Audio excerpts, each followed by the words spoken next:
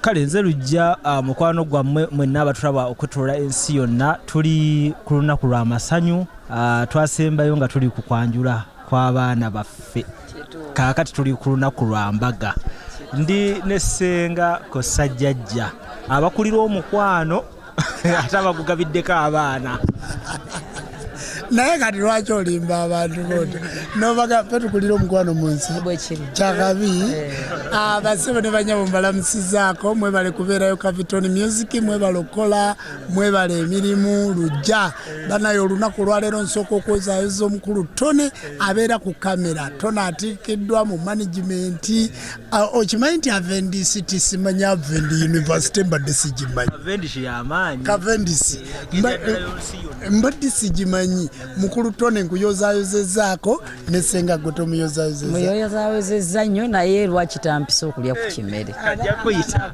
tubalansinga mmere yonna mukulu Bisaso ono yamala embaga ye omukolo gwe wagumala ogw'ezzadde naye era otuyiikiriza tuleke naffe tukoleko omukolo gw'embaga leka tuyiikiriza omulabye ali wano 22 years Sera lunaku lwa mbaga lunaku lwa mbaga lunaku lwa ssanyu abaana baffe bafunye obufumbo obutukuvu bambadde empeta ekirungi ate ya golodi sizino za ku street tugamba nayo etuuse ku muwendo gwaziri ezammwe zigusinze nawo zavudde wazo zino zavudde Italy sente nga mubataddemu nnyingi abaana era gye bagenda okumalira holiday yaabwe ya wedding anemuunu era gye bagenda Italy ekyo twakibakoledde kuba baana baffe ba future tubasuubiramu ekyamaanyi kulabirira abantu baffe oba abaana baffe singa tuba tufuddewo kati tuli mu kuteekateeka baana abo ku musingi ogw'omutindo gw'ensi yonna jjajja nga tonna tuyisa mu mukolo nga gye gutandikidde newe tuli kati Senga bino byonna bye mukola ndaba birimu omukwano mungi mutaddemu ssente nnyingi lwakuba nti abaana mbeerera nalaba era lujja wakajjeeyo basebo ne banyabo ebyo byonna tubikola naye si lwekyo kyokka wabula n'ebintu bingi nnyo lwaki tukola ensonga eyo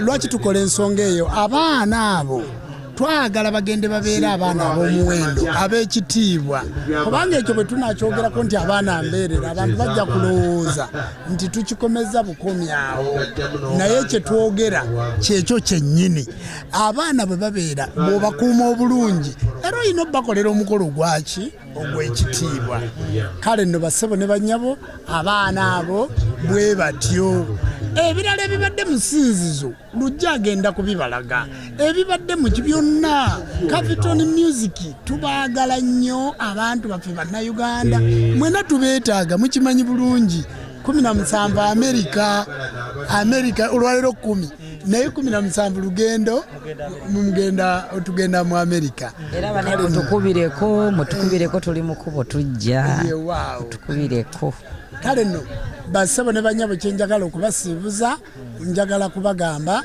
nti engeri gye tukulira omukwano tukyaguzimba ate mujje mugattibwe ate lujja n'okikuba nga tetunnatuukayo eyo wali mu kugatta oonawo nnyo omanyi waliwo ebipya abantu bye batebamanyi wabaddewo akalala mukago wabaddewo gomasi wabaddewo ekibbo wabaddewo akamba akengera omwami si wakugererako buyinza wabaddewo okunyweza emisamba gy'olujjo obujjajja wabaddewo ekibbo omukyala yabbulula olujja wabaddewo akatamukago abantu bano okunywereza ddala omukago kyovola abantu b'obuwangwa n'ennono tebanoba abantu balina ebizibu mu bufumbo bwabwe ng'ekibaleetera ebyo mbeera tikyatugoba kale tugenda kusooka tukome wano bingi bye twali badde twongera okuwulya naye lunaku lwa ssanyu jjajja olina mwina be mwebaza twebaza bakabona bannabbona abakkiriza omulangirizi dakitaali Wasajja Kiwanuka, profesa, twebaza Muko Mukunja, twebaza abazadde b'omwana omuwala, twenebaza Senga Kulanama.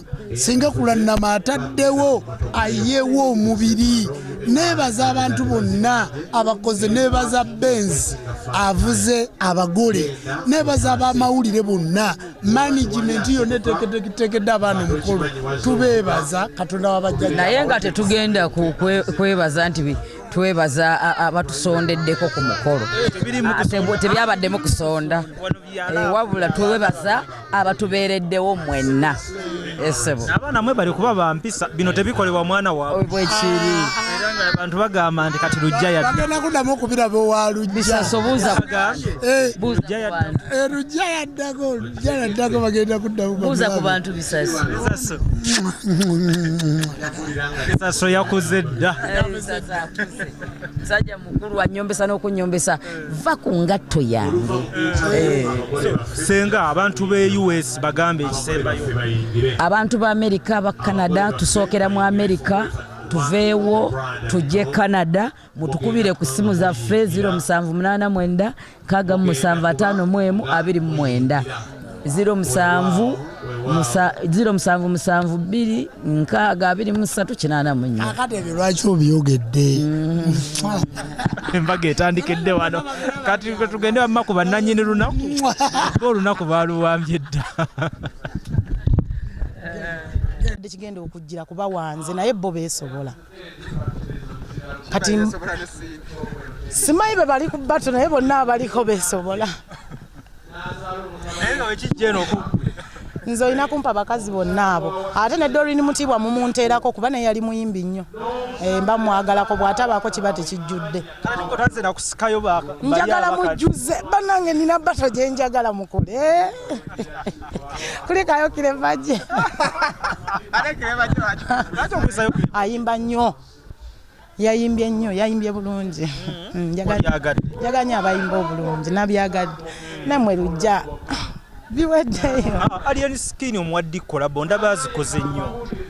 Ate nze nnina omuwa. Ani alina omuwa? Omuwa ki kolabo?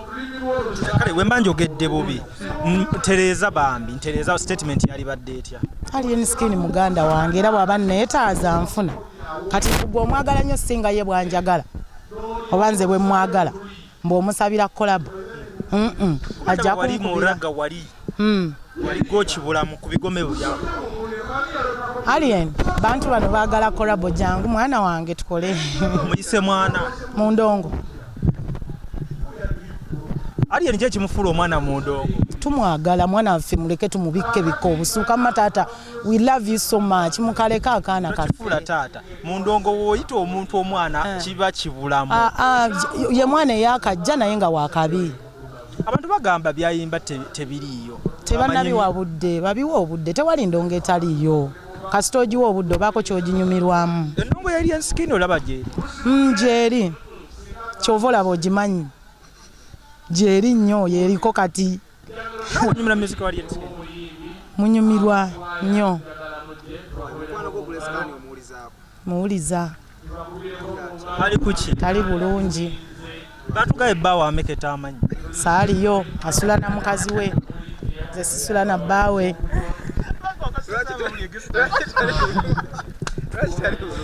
Tali bulungi kubanga bw'obiwulira bwe mbiwulira mwasembayo tugamba nga tali bulungi. So tetunnamanya kye muzzaako kumanya. Kye mulaba kye ndaba kuba nze ndaba bye muwaniseeyo. Mukubirako naye nga tali okay, tali very okay. Olw'ensonga nti amisinga omwami we kyekyo. Simanyi naye tali okay. Ajja kuba bulungi. Ayinza obuteetaaga magezi gange, oluusi nga yeetaaga buyambi obulala. So sijja kutegerera nnyo bulamu bwe bambi kuba siri waali right now. Ngani? Kati eya Grace Laavu. Gwe. Nze yembonyabonya zaawa. Ate gwe lujjawa nani? Gwe mumpe.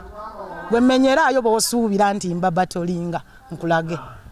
mama kabina kusaasira tajja wano mu bato omulala Sheebah Sindi nga we baliwo kati saawa eno mu kifaananyi tebajja nze saatudde gwe abamenya kale abayimbi abakyala tewaliwo ajja mu bato yo bazinga babagasse naye omu bw'ati nze nyambale nkuba omwana omu pozinga babagasse nga bameka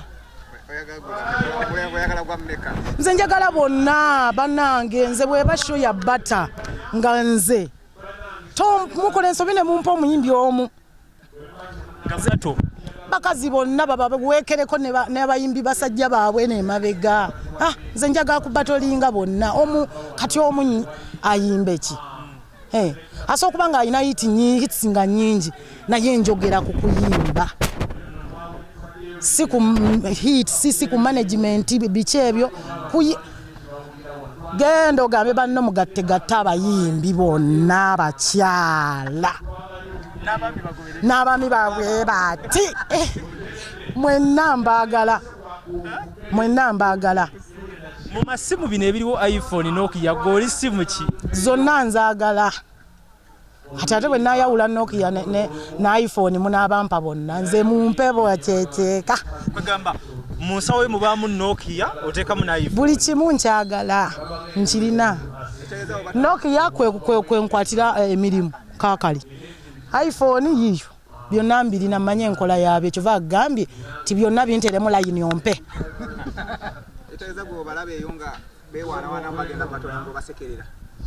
nga nsekerera baaki mbakwatirwa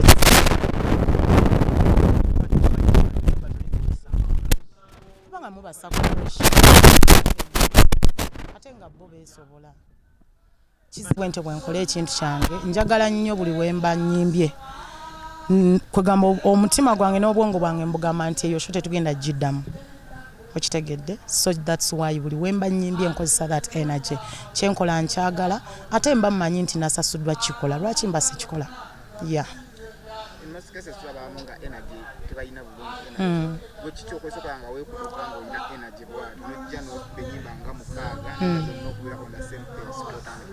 Njagala nnyo kyenkola nkola omukwano ku ndongo yange nenkola omukwano n'omugole wange oba n'abawagizi bange ne tuconnectinga ne tulabirawo nga ffenna tukikwasizza njagala nnyo kyenkola yensonga lwaki nkyagaza bensanzewo ne tuconnectinga ne tusobola okukola ekisinga okuteekamu energy tetutera kiraba mu bakazi tukiwa abasajja gwe muli owulira ki ekikufuula ow'enjawulo mu bakazi abalala gwe n'ogamba nti kokikolenga abasajja anti kubanga nze nyambadde omubiri gw'ekikyala naye munda ndi mpologoma nsajja kati that's why munange ejira neetawuka nevaayo you know so abakyala mubaleke bagondegonde ffe katukole ogamba nti okalubanga abasajja oba oli mpologoma nkaluba munda munze bwekituuka ku music bwekituuka when it comes ku music mpulira nga nino kiwaayo kyonna mpulira nga siri mukazi mu ndongo mba mpulira ndi nsobola okukola ekyo n'omusajja kyakola so kiddayo wali nti njagala nnyo kyenkola kinfuula omusajja mu kyo wobeereyo ewaka ng'otudde ku kyonna ky'oteekamu mu music n'olaba nga waliwo abakyala be bapima ku minzaani muli ki ekikujjira mu mutwe kwabo boolaba nga babatadde ku minzaani si kibi kirungi kiraga nti industry ekula kubanga wekibanga kati edda bayogeranga ku basajja bukanga abakyala tobawulira ku minzaani eyo naye kati bwe mba njiwulira nti balina gwe bataddeko bandaba nga naffe abakyala musically tulina we tutuuse be batadde ku minzaani Sheebah ne Sindi muliwo ddawo ogamba nti bakube kacyayi bakeereko babakutere ku stage nze sirina muyimbi gwentya kuyimba naye simulina nze natondebwa kuyimba ndi muyimbi sirina yadde omulema gwentya kababe basajja abalala babageza ku nnyimba ze bafulumiza abalala babageza ku live gwe tukugeze ku ki kuba Sheebah bamuwadde hit Sindi ne bagamba nti mu live wakabi gwe Mary Bata ababiri gwe wenyigawa era gwe oli wakabi muki nze ndi muyimbi oba mpadde live oba mpadde hit weziri oba oyagala itinzi kuwa, oba oyagala live mukuwa, oba oyagala raga mukuwa, oba oyagala reggae mukuwa, oba oyagala bandi mukuwa. Nayiga kuyimba saawula ya obanga tugamba nti ku bonna bye batadde ku minzaani batulage yasobola otuuyana nga apafominzenga annange okutuuyana osanga kisinzira ku nkula ya muntu. Si kye ŋŋambye nze kyenjogera kiri nti ekintu yanyizza kuba ndi muyimbi era ekintu yanya kuba nnyimba. Sigaa nti nnyimba okusinga bonna but ndi muyimbi gwe mulimu gwange kyemmanyi. So that's why nteekamu energy. Yes. Era sina muyimbi gwe ntya kuyimba naye ku microphone. Promota balaba tukuweyo kabato ak'obwangu.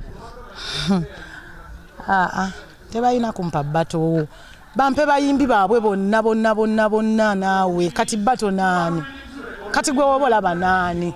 Kyogamba teriyo muyimbi akumegga oba gwe musobola kutambula naye mu bato. Kati akuba abantu ne mubasitula ne mubaleeta ne mubakuba ne mubasaanyaawo. Si kirungi mu kuzimba eggwanga lyaffe. Omuntu bw'ayogera ekintu ekitali kituufu nga nsaba kabona ekyo kiyiteko. Twala ebirungi byenkoze 10 ekimu okibuuke. Eyo ensonga nze gye nnyinza okwogerera olwaleero siirinawo ngenda kudda mukola interview nemala. Waliyo ekibuuzo ekirala? Ekibuuzo kyenyinza okubuuza omuntu kyali agadde okumanya. Oyogedde kuteekateeka abantu ne kojja aboogeddeko. Omugole abagole ab'obuwangwa n'ennono kitwala bbanga ki okubanga bateekebwa okutuuka ku mukolo guno? Ekusinga tulina ebitongole.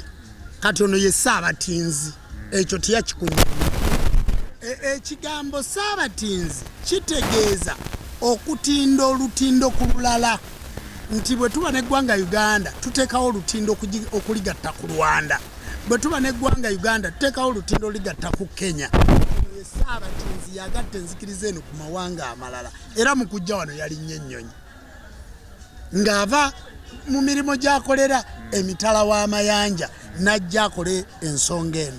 Kakati ekitongole ekyo ekya ojja kumbuza ogenda otya mu mawanga amalala nja kukulaga nti Ssaabatinzi waali. Tulina ekitongole ky'amawulire ekikulirwa Kabona Kakata. Tulina ekitongole kya litaje eky'ebyensinza ey'obuwangwa n'ennono ekikulirwa Kabona Masiko Kayigi. Tulina ekitongole ekyaboogezi ekikulirwa Tagererwa Nzaalo. Tulina ekitongole ekyabaluutansozi ekikulirwa Jjajja waffe Lugayaavu. Tulina ekitongole ekyabayima ekikulirwa Ssaabayima Mwebe Kawagga. Buli kyenjogera no sekita erimu abakulembeze 40 bameka. Tulina ekitongole ky'obwa Ssaabakabona ekikulemberwa nze Ssaabakabona. Kati tulina hierarchy ebitongole. Omuntu bw'aba agenda kufumbirwa kuwasa titufumbiza muntu nga si mwanjule mu bakadde. Kakati n'agenda mu kitongole kya litaje n'asomesebwa nga bw'owulidde ebibuuzo ebyo ne bamala okumutegeka obulungi ne tutegeka abazadde b'omwana omuwala n'abamwana omulenzi. Kakati abaana ne baba bategekerwa mu kitongole kya litaje. Kati bwe bamala okuva mu litaje ne tubateekako ebbona ne tubateeka mu kitongole kikulemberwa Kabona Musoke ky'anaamirira eky'abafumbo kuba baba bamaze okufumbirwa. Era nze ayogera naawe ndi mugatte ne Senga Kulanama.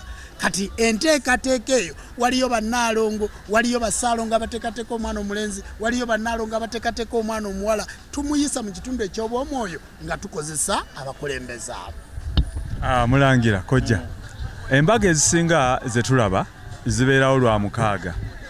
Lwaki embaga y'obuwangwa n'ennono ey'olwaleero ebaddewo lwa 4 ate nga tusaba lwa 6?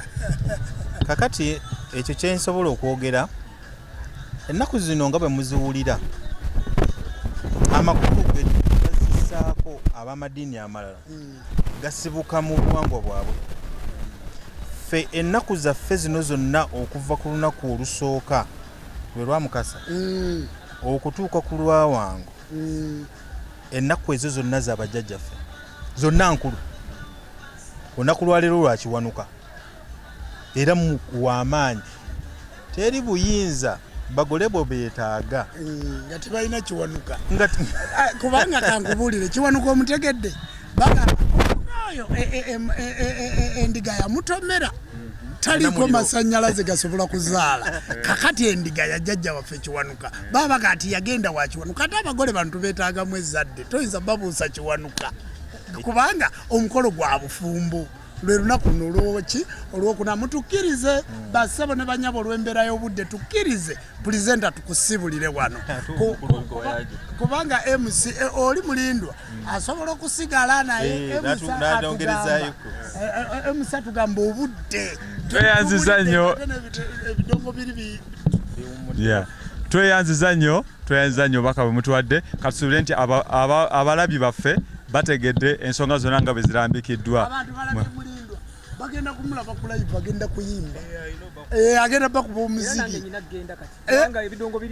ebirinze gwe otegedde tumaze ebbanga nga batutereereza mu bintu ebitali byaffe kekadde ffenna twegatte amapulubuzzi gye gali ye mabega kati awo baleka bakozemu bati ate singa bakoze bati naye tuli mu kyaffe tulayira namusoke nakayima si Yakobo si Eva sani wabula amannya agaki agaffe awo nno wensabira ffenna tudde ku nnono mwebale nnyo okumpuliriza tata sooka olindeko profesa weyanjule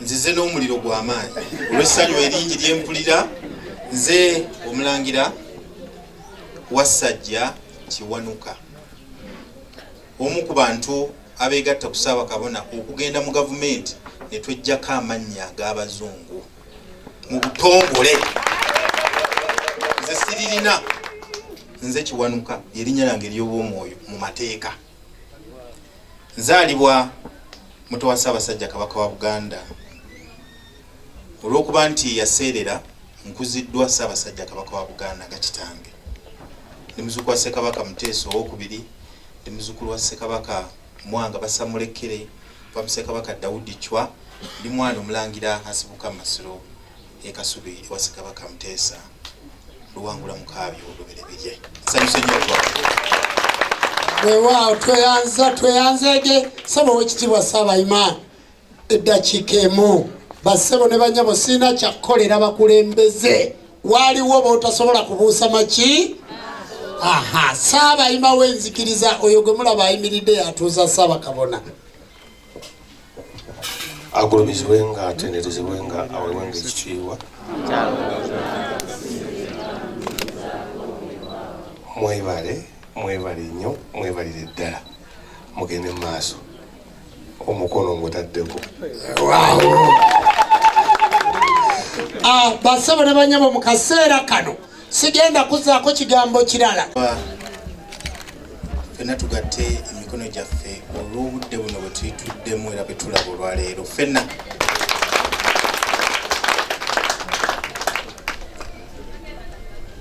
ekifaananyi kino mukirabanga ekitono naye wano waliwo laama waliwo ebyafaayo waliwo ababadde n'okubuusabuusa bangi eyo kuweddewo